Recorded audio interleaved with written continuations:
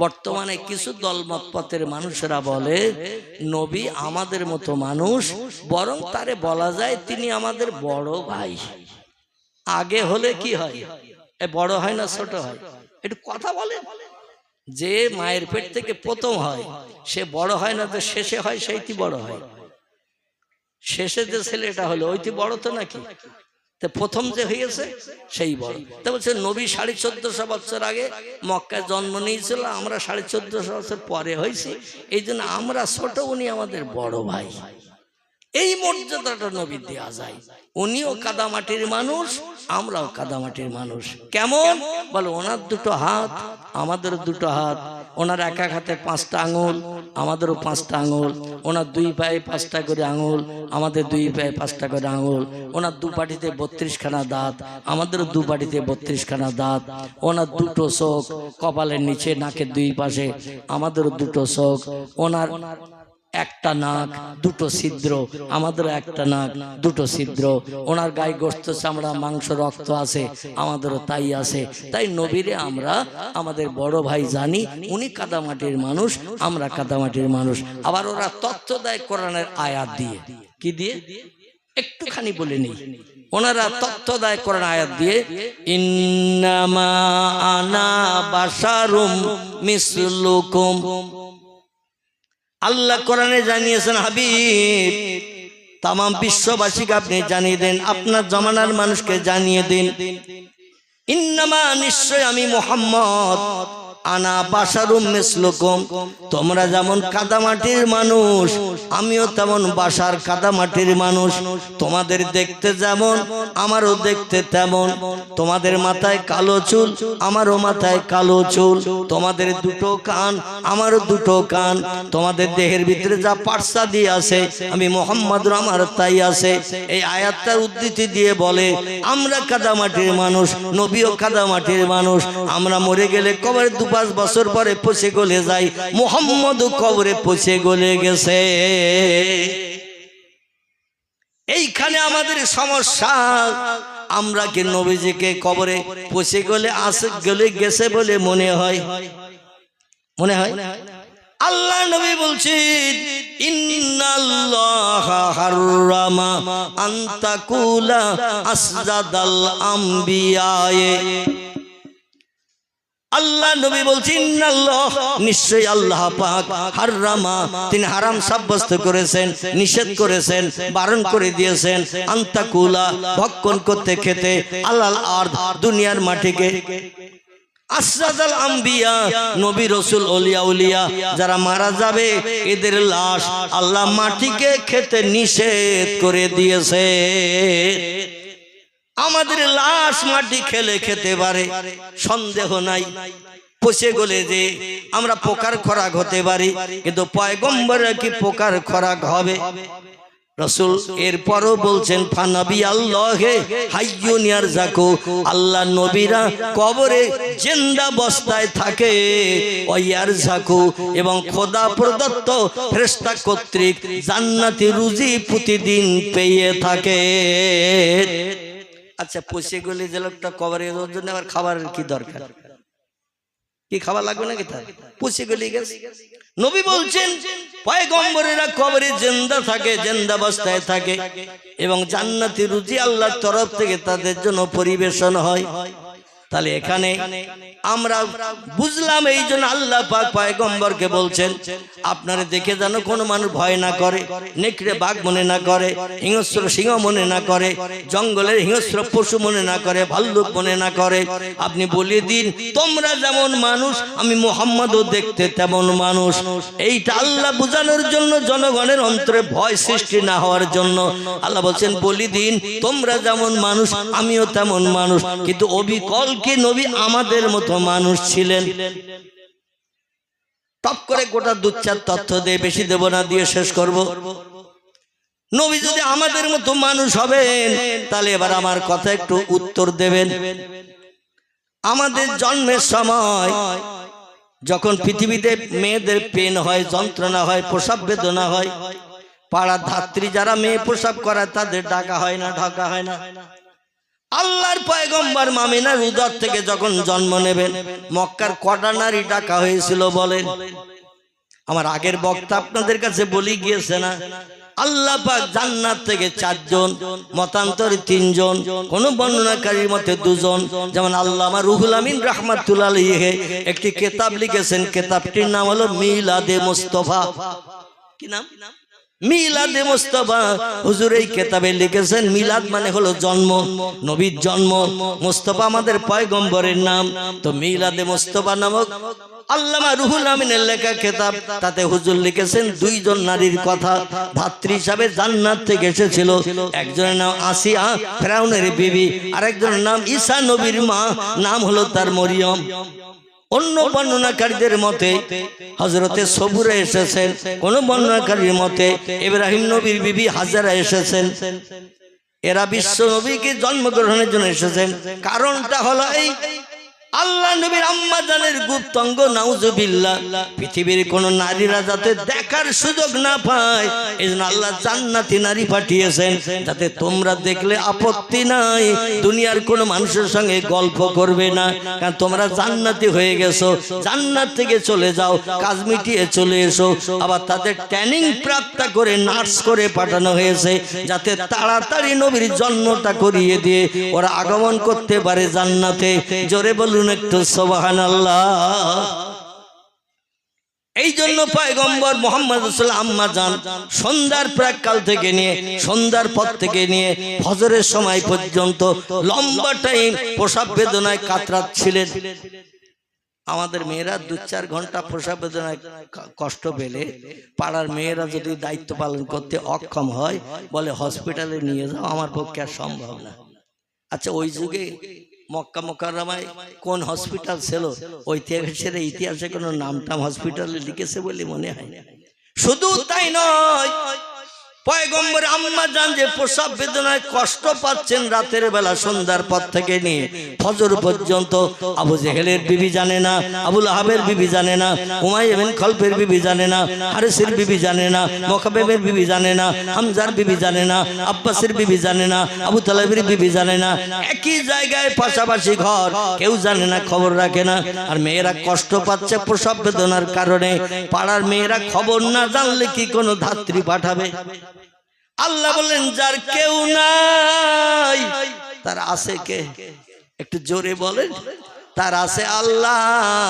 আল্লাহ বলেন যারে না বানালে কিছুই বানাতাম না। আমার সেই মোহাম্মদ আর জন্ম নেবে আর আমি না কষ্ট পাবে, আমি আল্লাহ তো পছন্দ করি না। কিন্তু একটা অঘটন ঘটে গেছে এর ভিতরে। অঘটনটা হলো রাত আর দিনের অঘটন। রাত দেখে বলে আল্লাহ আমার বেলা তোমার পয়গম্বরে দুনিয়ায় পাঠাও, হাসরের মাঠে আমি মর্যাদা পাবো। যারে না বানালে কিছুই বানাতেন না, সে আমি রাতের বেলা জন্ম নিয়েছে পৃথিবীতে, আমার সম্মান বাড়বে, মর্যাদা বাড়বে। দিন বলে আল্লাহ আমি দিনের আলো দেই, মানুষ কাজকর্ম করে, ব্যবসা বাণিজ্য করে, চাষবাস করতে পারে, ফসল উৎপন্ন করতে পারে। আর আমার দিনের বেলা পয়গম্বর আসবে না, হাসরে তো আমি কোটি কোটি মানুষের কাছে মুখ দেখাতে পারবো না। আল্লাহ আমার দিনের বেলা পয়গম্বরের পাঠাও। রাত দাবি করেছে আমার বেলা, দিন বলেছে আমার বেলা পাঠাও। আমরা হলে সমস্যার সমাধান কি করতে পারতাম? দুজন দুই রকম দাবি। দিন বলছে আমার বেলা নবী আসুক, রাত বলছে আমার বেলা আসুক। আমরা যে সমস্যার সমাধান করতে পারি না, এ সমস্যার সমাধান করতে পারেন কে? আল্লাহ পাক বলেন আলিমুল গায়ব, আল্লাহু আলিমুন বিযাতিস সুদূর। আল্লাহ হলেন অসীম জ্ঞান রাশির মালিক, অন্তরের বান্দার গোপন খবরও যিনি জানেন। তিনি বললেন দুইজন দাবি করেছো, কাউরি খুশি করব, কাউরেও খুশি করব। আমরা হলে বলতাম রাত তুই খুশি হবি, তোর বেলা নবী পাঠাবো, দিন তোর খুশি করা যাবে না। আবার আপনি হয়তো মনে করতাম দিন তোর বেলা নবী পাঠাবো, রাতের বেলা পাঠাবো না, রাত অখুশি হয় হোক। আল্লাহ বলেন দুইজন যখন দাবি করেছে দুইজনকে খুশি করব। আমার নবীর আগমন হচ্ছে, আমি কাউকে অখুশি করব না। তার কারণ হলো মক্কা নগরীতে নবীর আগমনের সময় 3 জন নারী চোখের পানিতে বুক ভাসিয়ে কাঁদছিলেন। কজন? তিনজন নারী সিরাত ইবনে হিশাম আসাহুস সিয়ার বিশ্ব নবীর জীবনের গ্রন্থ বিখ্যাত বিখ্যাত কিতাবে লিপিবদ্ধ তত্ত্ব শুনলে তাজ্জব হয়ে যাবেন। রাত গভীর হয়ে গেছে, আমি শুধু একটু সূত্র দিলাম। তিনজন নারী চোখের পানিতে বুক ভাসাচ্ছেন মক্কা নগরীতে, চোখের পানি মোছনের কেউ নাই। আল্লাহ বলেন ধৈর্য ধর, ফাসাবরুন জামিলুন, ধৈর্য ধর, অপেক্ষা কর, উত্তম পুরস্কার পাবি, মুখে হাসি ফুটবে, ধৈর্য ধরতে হবে। তিনজন নারী ধৈর্য ধরেছিলেন, এদের নাম কটা কি বলবো?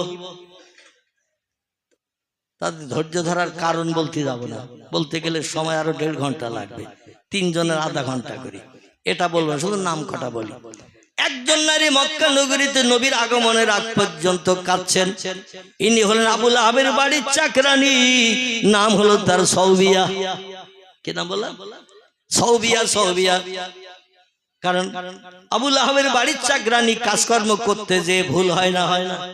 কাজ করতে গেলে ভুল হয়, অনেক সময় মাছের ঝোলে নুন দেয়নি, গোশতে ঝাল দেয়নি, এরকম হয় না, হয় না? দুশ্চিন্তায় কাজ করলে অনেক সময় কাজের ভুল হয়। আরে ভুল হয়ে গেলে, আবু লাহাবের স্ত্রীর নাম ছিল উম্মে জামিলা, সূরা লাহাবের ভিতরে এসেছে, লম্বা ঘটনা, তাফসীরে কিতাব পড়ে নেবেন। এনার নাম ছিল উম্মে জামিলা। আর যেই কাজের ভুল হতো, আর একটা বেতের চাবুক ছিল তার বাড়ি, একা সপাত সপাত করে মারতো, পিঠের চামড়া উঠে দিয়ে দরদর করে রক্ত ঝরতো। আর সবই আল্লাহর কাছে চোখের পানি ফেলে কাঁদতো আর বলতো, আল্লাহ, ও আল্লাহ, এই জল্লাদ নারীর হাত থেকে কবে রেহাই পাবো? ও আল্লাহ, এই নিষ্ঠুর অত্যাচারী নারীর হাত থেকে কবে রেহাই পাবো? আর তো পারি না। একটু আধা কাজের ভুল হয়ে গেলে, কথার ভুল হয়ে গেলে সঙ্গে সঙ্গে শুধু চাবুক খেতে হয়। সারা পিঠটা আমার দগদগে ঘা হয়ে গেছে, রক্ত ঝরে ঝরে আমার দেহটা লাল হয়ে গেছে। আল্লাহ, ব্যথা দরদে শুতেও পারি না। আল্লাহ বলে, অপেক্ষা কর, নবী যেদিন জন্ম নেবে সেদিন তোর মুখে হাসি ফুটাবো। একটু জোরে বলুন। আরেকজন নারী কাঁদছেন, তিনি হলেন খোয়াইলের দুহিতা, চোখের পানিতে বুক ভাসিয়ে কাঁদছেন। চোখের পানি মোছনের মক্কা নগরীতে কেউ নাই। আল্লাহ বলেন, যার কেউ নাই আমি তার আছি। এ খোয়াইলের দুহিতা, নাম কি বলুন তো তার? আজকে তাবারুক আপনাদের হবে না কারো, শুধু শুনবেন, একটা নাম বলবেন না। বাবার নাম ছিল খোয়াইলেদ, তার কন্যার নাম খাদিজা। কি নাম? খাদিজাতুল কুবরা। এনার পিতার নাম ছিল খোয়াইলেদ, ওয়ারকা বিন নওফল ছিল তার চাচা। এই খোয়াইলেদের মেয়ে দুইবার বিয়ে হওয়ার পরে আল্লাহ তার স্বামী দুটোরে বিদায় করে দিলেন। খুব সংক্ষেপ, আল্লাহ তার স্বামী দুটোরে বিদায় করলেন। আবুল আস নামের এক স্বামী, আতিক নামের এক স্বামী। বিয়ের পরপরই কিছুদিন যেতে না যেতে, যুবক ছেলে, সুপুরুষ, রোগ বেমারি কিচ্ছু নাই, হঠাৎ মৃত্যুবরণ। আমরা এখন বলি স্ট্রোক হয়েছিল চাচার ভাইয়ের, যেই পড়িয়েছে সেই মরেছে, এই বলি না মাঝে মাঝে। এখন ইংরেজি নাম বলি স্ট্রোক। আল্লাহ বলছে স্ট্রোকের আরবি নাম হলো আজরাইলের সাক্ষাৎ। কিসের সাক্ষাৎ? আজরাইলের সাক্ষাৎ। দুটি স্বামীর প্রাণ নাশ হলো। কারণ কি বলুন তো? খাদিজা মক্কা নগরীর বিশ্ব সুন্দরী ছিল। যে কোনো যুবক তার দেখে আপন স্ত্রী পাওয়ার জন্য পাগল হয়ে থাকতো। আমাদের দেশের ছেলেরা যেমন নায়িকা দেখতে টিকিট কেটে 3 ঘন্টা দেখতে যায়, আর বাড়ি এসে ঘুমিয়ে পড়েই নায়িকার সঙ্গে দেখা হয়। নায়িকা এসেছে হাঁপাতে হাঁপাতে, বলছে, তুমি কে? বলে, আমার দেখেছো 3 ঘন্টা না সিনেমা হলে? বলে, হ্যাঁ। বলে, আমিও তোমার দেখে পাগল হয়ে গেছি, তাই ছুটে এসেছি উত্তর কোদালিয়ায়। বলে, তুমি এসেছো আমার বাড়ি চিনলে? বলে, লোকের কাছে শুনে শুনে এসেছি। বলে, হঠাৎ তুমি আসবে তা তো জানি না। বলে, আমি থাকতে পারিনি তাই ছুটে এসেছি। এখন কিছু মেয়ে যাচ্ছে না ছুটে ছুটে, কি যাচ্ছে না? যাচ্ছে না, এদিকে বোধহয় যাচ্ছে না। আমার ভাইরা বলে, কি এখন তোরে নাস্তা দেব? হঠাৎ আসবি তা তো জানি না। তো ঘুমের ঘরে পকেটে হাত দিয়েছে, দেখি কিছু পকেটে লজেন্স আছে কিনা। পকেটে হাত দিয়ে তো মাল দুটো পেয়েছে। কি বলুন তো? কি বিড়ি? বিড়ি ও পকেটে নিয়ে শোয়, ভোরবেলা লাগবে তাই, অন্যথায় পায়খানা হবে না, টানতে টানতে যেতে হবে বাথরুমে। অন্যথায় পায়খানা খোলসা হবে না। জোরে বলুন নাউজুবিল্লাহ। এমন হ্যাবিট অভ্যাস হয়ে গেছে, বিড়ি না খেলে আবার পায়খানা হয় না নাকি। তো বিড়ি বার করতেছে, আবার এইটা তার টান, শাকসুরে বাজার থেকে মিষ্টি টিষ্টি আনি। ও বলছে শুকনো মাল চলবে না। এ বলে আপাতত এই ছাড়া কিছু নাই, না খেলে হবে না। আমি তো যাচ্ছি শাকসুরে বাজার, বিড়িটা টান তারে। হঠাৎ হাতাহাতি করে ঠেলাঠেলি করতে যাই ঘুম ভেঙে গেছে। আর ঘুম যেই ভেঙে গেছে, দেখে সেটা সেটাই মিন্টু একাই শুয়ে দিয়েছে। কোথাও নায়িকা কোথায় উড়িয়ে গেছে তার ঠিক নাই। আরে যত সময় ঘুমিয়েছিল নায়িকা কাছে বিড়ি নিয়ে ঠেলাঠেলি, আর যেই ঘুম ভেঙে গেছে নায়িকা উড়িয়ে গেছে। খাদিজারে পাওয়ার জন্য মক্কার যুবকেরা ওই রকম পাগল ছিল। আমার স্ত্রী কবে হবে, পাগল ছিল মক্কার যুবকেরা। কিন্তু দুটি বিয়ে দিল খোয়াইলেদ, দুটি স্বামীর মরণ হলো। কারণ কি বলুন তো? কারণ হলো আল্লাহ বলছেন, ও খোয়াইলেদ, তোমার কন্যাকে আমার প্রিয় নবীর সেবাকারিণী নারী বানিয়েছে। আমার নবী এতিম হয়ে জন্মগ্রহণ করবে, উট ভাড়া দুম্বা চড়িয়ে রাখালগিরি করবে, পরবর্তীতে কলেমার দাওয়াত দেবে। সারা মক্কার মানে নবীর পাশ থেকে সরে যাবে, নবীর পাশে কেউ থাকবে না। তোমার কন্যার হৃদয়ে স্বামী ভক্তির নমুনা আমি আল্লাহ যা কিছু দিয়েছি, ওগুলো অপর যুবককে দিয়ে শেষ করবে। আমি আল্লাহ ওটা চাই না। তাই তোমার কন্যার দুটি স্বামীর ইন্তেকাল করিয়ে দিয়েছে। তোমার কন্যা খাদিজার দেহের ভিতরে স্বামী ভক্তি, প্রেম, ভালোবাসা যা কিছু আছে আমার নবীর জন্য তুলে রাখতে চাই। তোমার কন্যা খাদিজার বয়স 20, আমার নবীর বয়স এখন 5। কত? নবীর বয়স 5 বছর, খাদিজার বয়স 20 বছর, পূর্ণ যুবতী হয়ে গেছে। এই জন্য পিতা হিসেবে বিয়ে দিয়েছো, কিন্তু স্বামী ভক্তির নমুনা আমি আল্লাহ আমার নবীর জন্য রেখেছি। এখন শেষ করে দিলে আমার নবী পাবে না। এই জন্য যত বিয়ে দিবে আমি সব স্বামীর অকাল মৃত্যু দেব। তোমার কন্যার প্রেম ভালোবাসা আমার নবীর জন্য দান করব। 2 বার বিয়ে হয়ে স্বামী মারা গেল। মক্কার মানুষ বলল আর খাদিজারে বিয়ে করব না, কারণ বিয়ে করলে তার মরণ হয়। খাদিজার দেহে আছে ছোঁয়াচে রোগ, সারা দেশে উঠে গেল।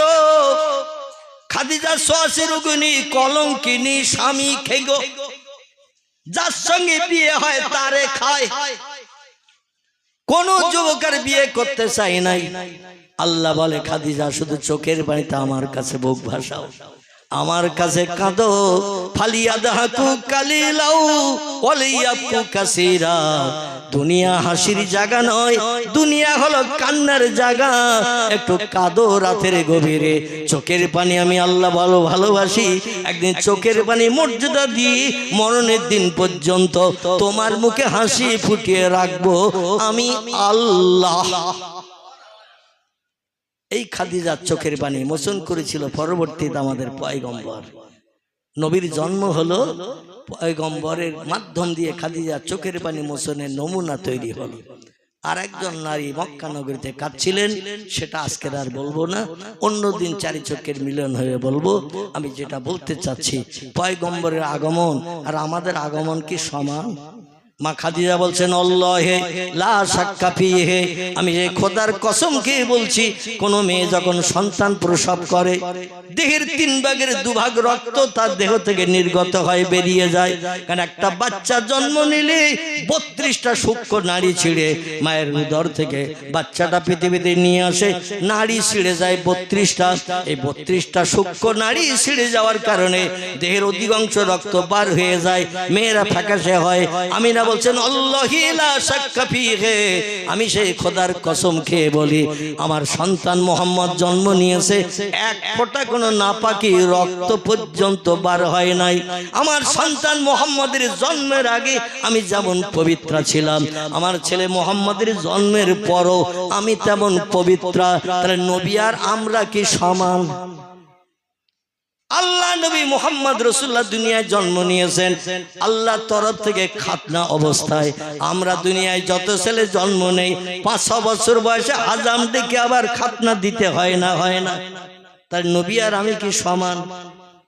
সমান?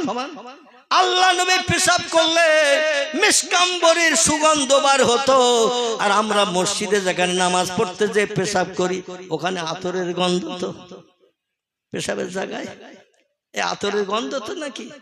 আমাদের পেশাব বিকট দুর্গন্ধ, নবীর পেশাব ছিল জান্নাতি মেশকাম্বরের গন্ধ।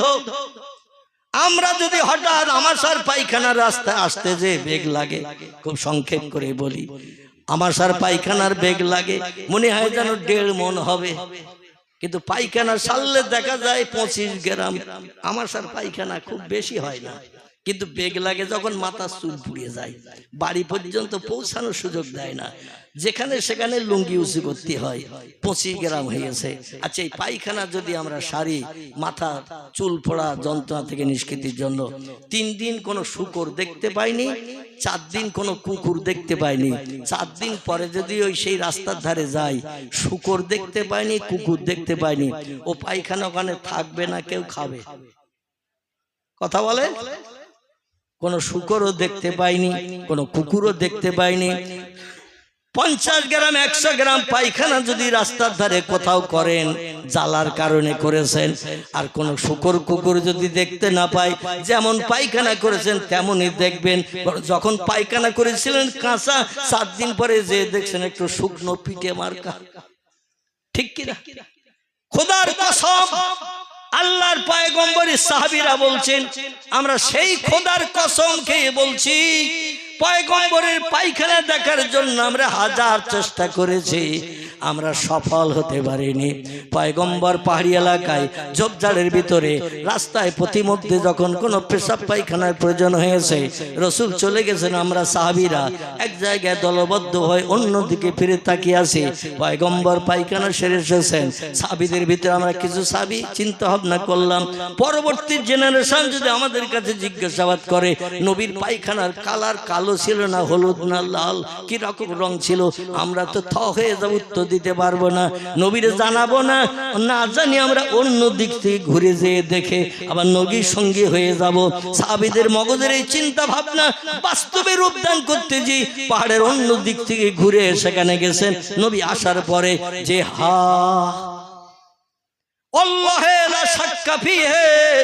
যেখানে পয়গম্বর পায়খানা করেছেন সেখানে যেয়ে দেখে শুধু জমিন, এক ফোঁটা পায়খানার লেশ মাত্র নাই। জমিন বলে, আল্লাহ আমার একটু জবান খুলে দিন, হা করে তোমার পয়গম্বরের পায়খানা একটু গিলে খেয়ে কলিজা ঠান্ডা করে নি। জোরে বলুন একটু সুবহানাল্লাহ। নবীর পায়খানা দেখার সুযোগ কোন সাহাবী 1000 চেষ্টা করেও পায়নি। আর আমরা যদি 7 দিন পরে যাই, তাও দেখতে পাবো পিঠে মার্কা, রৌদ্রে একটু শুকিয়ে পিঠে মার্কা হয়ে গেছে। নাউজুবিল্লাহ। আর বলবো না। সেই পয়গম্বরের জন্মদিন সবিয়াকে আজাদি করে দিল আবুল আহাব।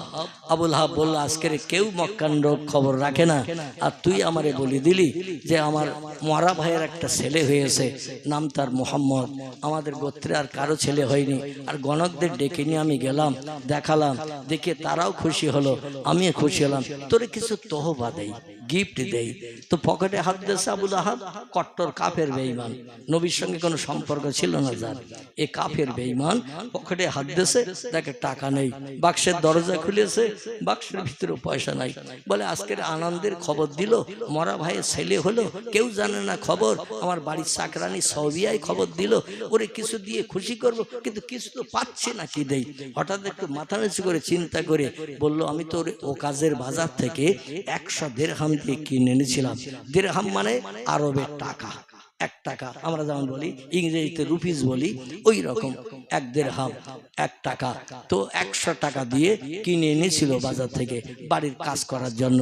তো বললো ওই টাকার মায়াটা ছেড়ে ওরে আজকের মুক্তি দেই, এত সুন্দর খবর দিল আর ওরে কিছু দেব না, এটা হতে পারে না। তো এই আঙুলটা লম্বা করে বলো, যা, আমার বোর হুকুম শুনতে হবে না, চাবুকার খেতে হবে না, জমজম কূপ থেকে পানি আনতে হবে না, ঘরের সামনে ঝাড়ঝুট দিতে হবে না, রান্না করে দিতে হবে না, জামা কাপড় পরিষ্কার করতে হবে না, তো যেখানে মন চায় সেখানে যা। এই আঙুলটা দিয়ে বলো, যেখানে মন চায় সেখানে যা। আজকে মুক্তি দিলাম, আজাদি করে দিলাম। আমার ভাইরা, এই আবুল আহাবের সারা জীবনের একটা মাত্র ভালো কাজ, নবীর জন্মদিন উপলক্ষ করে আনন্দ করে 100 টাকার মায়া ছেড়ে দিয়ে বাড়ির চাকরানি ঝির আজাদি করে দিয়েছিল। মরণের পরে কবরে যখন গেছে, আব্বাস রাদিয়াল্লাহর সঙ্গে স্বপ্নে তার দেখা, যে আব্বাস দুনিয়ায় বেঁচে থাকতে জান্নাতের সার্টিফিকেট পেয়েছেন, নবীর আপন চাচা, এনার সঙ্গে আবু লাহাবের সাক্ষাৎ আমাদের মতো আমেনা মোমেনার সঙ্গে সাক্ষাৎ তো নাকি? ঘুমিয়ে পড়লে মনের মানুষের সঙ্গে দেখা, ঘুম ভেঙে গেলে ছেঁড়া ছেঁটায় একা, আর কেউ নাই। আব্বাস রাদিয়াল্লাহু স্বপ্ন হলো সত্য, নবী সাহাবীদের স্বপ্ন সত্য। আব্বাসের সঙ্গে আবু লাহাবের দেখা। অনেকদিন কবরস্থ হওয়ার পরে আব্বাস বলছে, মা হালুকা ইয়া আখি, ও ভাই কি খবর, কেমন আছো? বলে আমার কথা পরে বলবো, তুই এখন কোন দলে আসিস তাই বল। আব্বাস বলছে, আমি ওহদের যুদ্ধে হেরে যাওয়ার পরে সেনাপতির দায়িত্ব নিয়ে ওহদের যুদ্ধে হেরে যাওয়ার পরে মুহাম্মদের আজগবি তত্ত্ব শুনে পাগল হয়ে গিয়েছিলাম। মুহাম্মদের হাতে হাত দিয়ে কলেমা না পড়ে আর পারি নাই, আমি কলেমা পড়ে এখন মুসলমান হয়ে গেছি। আবু লাহাব স্বপ্ন থেকে বলছে, যদি কলেমা না পড়তিস তোরে আমি আজকে স্বপ্নে বলে দিতাম কলেমা পড়তে। জোরে বলুন সুবহানাল্লাহ। আব্বাস বলছে কারণ? বলে কারণ হলো যেদিন মারা গেছি সেখান থেকে আজ পর্যন্ত প্রতি সপ্তাহে 6 দিন আমার কবরে জাহান্নামের আগুন দগ্ধ করে, আযাবে গ্রেফতার থাকি, কত চিল্লা চিল্লি করি, কেউ আসে না, কেউ দেখে না, কেউ সাহায্য করে না। কিন্তু সোমবারের দিন যেই শুরু হয় এই আঙুলটায় জান্নাতি মধু আসে, আমি স্তনের বোটার মতো চুষতে থাকি আর আমার গালে জান্নাতি মধু আসে। এক সপ্তাহের আযাব আমি ভুলে যাই। মঙ্গলবারের সকাল যেই হয়ে যায় আবার আঙুলের মধু শুকিয়ে যায়। সপ্তাহে একদিন করে মধু পাই। নবীর জন্মদিন উপলক্ষ করে 100 টাকার মায়া ছেড়ে দিয়ে, 100 দিরহামের মায়া ছেড়ে দিয়ে আমি মুক্তি করে দিয়েছিলাম আমার দাসী চাকরানীরে। আল্লাহ এত ভালোবেসে আমার এই কাজটা, তাই প্রতি সপ্তাহে সোমবারের দিন আমার আঙুলে জান্নাতি মধু পাই। হযরতে আল্লামা নেমাতুল্লাহ কোবরা, নিয়ামউদ্দিন কোবরা রাহমাতুল্লাহ আলাইহি সিরাতের কিতাবে লিখেছে, আবু লাহাবের তো কট্টর কাফের, সারা জীবনে একবার কলেমা পড়েনি, নবীরে ভালোবাসেনি, নবীরে মহব্বত করেনি, নবীর টুপি মাথায় দেয়নি, নবীর দাড়ি মুখে রাখেনি, নবীর জামা গায়ে দেয়নি, নবীর সঙ্গে সারা জীবন প্রাণনাশের জন্য শত্রুতা করে কবরে যদি প্রতি সপ্তাহে সোমবারের দিন নবীর জন্মদিন উপলক্ষ করে জান্নাতি মধু যদি পাই, আমরা নবীর সুন্নত টুপি মাথায় দেই, নবীর সুন্নত দাড়ি মুখে রাখি, নবীর সুন্নত হাঁটুর নিচে লম্বা জামা গায়ে দেই, নবীর সুন্নত, নবীর মহব্বত ভালোবাসা রক্ষার্থে দোয়া দরুদ শরীফ পড়ি না, মিলাদ কিয়াম করি না। আল্লামা নিয়ামউদ্দিন কোবরা রাহমাতুল্লাহ আলাইহি বলছেন, আমরা সেই নবীর মহব্বত প্রেম ভালোবাসা বেশি বেশি করে করি। সেই খোদার কসম, মরণের পরে কবরে গেলে কিয়ামত পর্যন্ত আমাদের কবরে আযাব হবে না। একটু জোরে বলুন নারায়ে তাকবীর। সেই নবী দিবস উদযাপন মাদ্রাসায় 20-25টার মতো এতিম বাচ্চা থেকে শুরু করে বাবারা মাহারা অনেক বাচ্চারা এখানে পড়াশোনা করছে। 30টার মতো বাচ্চা এখানে পড়াশোনা করছে। আমার আগের বক্তা আপনাদের কাছে হাত পেতেছেন, আমি আর লম্বা সময় দেব না, কারণ ওয়াজ করতে করতে আমার সময় এমনি লম্বা হয়ে যায়, আমি টাইম ধরে ওয়াজ করতে পারি না। কিন্তু আমার ক্লাস ফ্রেন্ড বন্ধু ইটিন্ডাই বাড়ি, নাম কি বলেন তো?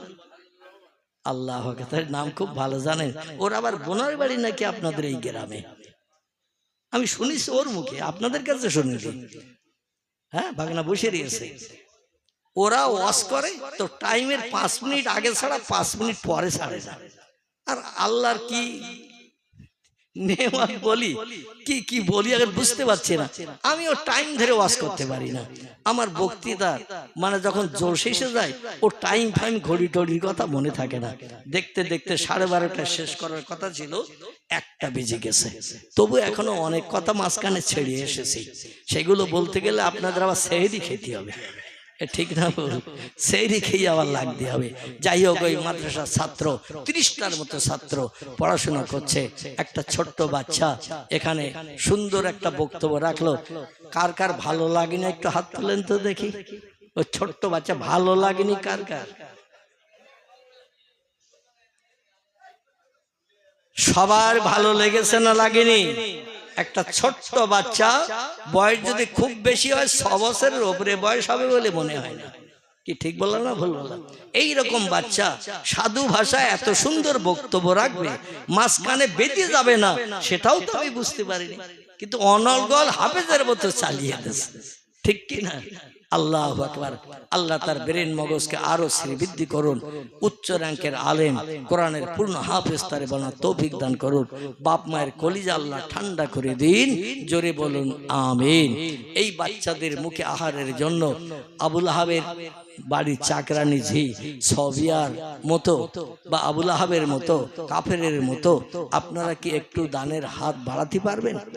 আমি বেশি সময় নেব না, কিন্তু মাত্র 5টা মিনিট আমি একটু দেখতে চাচ্ছি আপনাদের মহব্বত, প্রেম, ভালোবাসা এই হেফজ মাদ্রাসার উপরে কতটা আছে। একটু পারবেন? নগদ 100 টাকা করে দিতে, 100, বেশি যাব না, 100 টাকা করে নগদ দিতে পারবেন অদমের হাতে? এই যে হাত দুটো দেখছেন, এই দুটো হাত আল্লাহর কাবা ঘরের দেওয়ালে জান্নাতি পাথর, যার নাম হাসের আসদ। অধমকে আল্লাহ 13টা বার ওই পাথরে হাত ঘষার সুযোগ দিয়েছে। 3টি বার নবীজির দেশে যাওয়ার কারণে 13টা বার ওই পাথরে আল্লাহ হাত দুটো ঘষার সুযোগ দিয়েছে। এই যে ঠোঁটটা দেখছেন, দুটো ঠোঁট, এই ঠোঁট দিয়ে 13টা বার আল্লাহ চুমো দেওয়ার সুযোগ দিয়েছে। নবী বলছেন জান্নাতি পাথরে যারা হাত ঘষবে, যারা ঠোঁট লাগাবে, তাদের ঠোঁট হাত জাহান্নামের আগুন স্পর্শ করবে না। জোরে বলুন একটু সুবহান। আমার মহব্বতের ভক্ত মানুষ প্রথমেই এসে তিনি খাতার নাম লিখলেন 1 নম্বরে। আচ্ছা, আল্লাহ কজন? আল্লাহ কজন? একজন। সেই প্রথমেই একজন হিসেবে একের মর্যাদা রক্ষার্থে তিনি দিয়েছেন 100 টাকা। আরেকজন ভাই, আমি বেশি চাইনি, কিন্তু 100 টাকা। আমার মনে হয় 4 দোকানে বসলে এখন খরচ হয়ে যায়, টাকার এখন আর কোনো মূল্য নাই। আমার ভাইর এই জন্য একটু চলে আসেন, যাদের পকেটে আসেন বাড়ি আর ফিরিয়ে নিয়ে যাবেন না। আল্লাহ আপনার পকেটে আসে, দেখতে পাচ্ছে না, পাচ্ছে না। এই একটু হাত দিয়ে যাও, আমার হাতে হাত লাগিয়ে যাও। হাতে কত ময়লা মেখেছে তা ঠিক নাই, আমি অধম, আমার হাতে বহু ময়লা মেখেছে। তো আল্লাহ জান্নাতি পাথরে হাত ঘষার কারণে আশা রাখি নবীর কথা সত্য, সেই কথার উপরে বিশ্বাস থেকে মনে করি আমার হাতের ময়লাগুলো সব ধুয়ে গেছে। এ হাতে বিড়ি ধরি না, এ হাতের সিগারেট ধরি না। 40 বছরের উপরে হলো চায়ের কাপও আমি স্পর্শ করি না। 40 বছরের উপরে হলো চায়ের কাপ আমি স্পর্শ করি না। কারণ যে চায়ের কাপে মদখোর খায়, ওই চায়ের কাপে মুয়াজ্জিন আবার চুমুক দেয়। যে চায়ের কাপে মসজিদের ইমাম খায়, ওই চায়ের কাপে সুদখোরও মুখ দেয়। নাউজুবিল্লাহ। মনের দুঃখ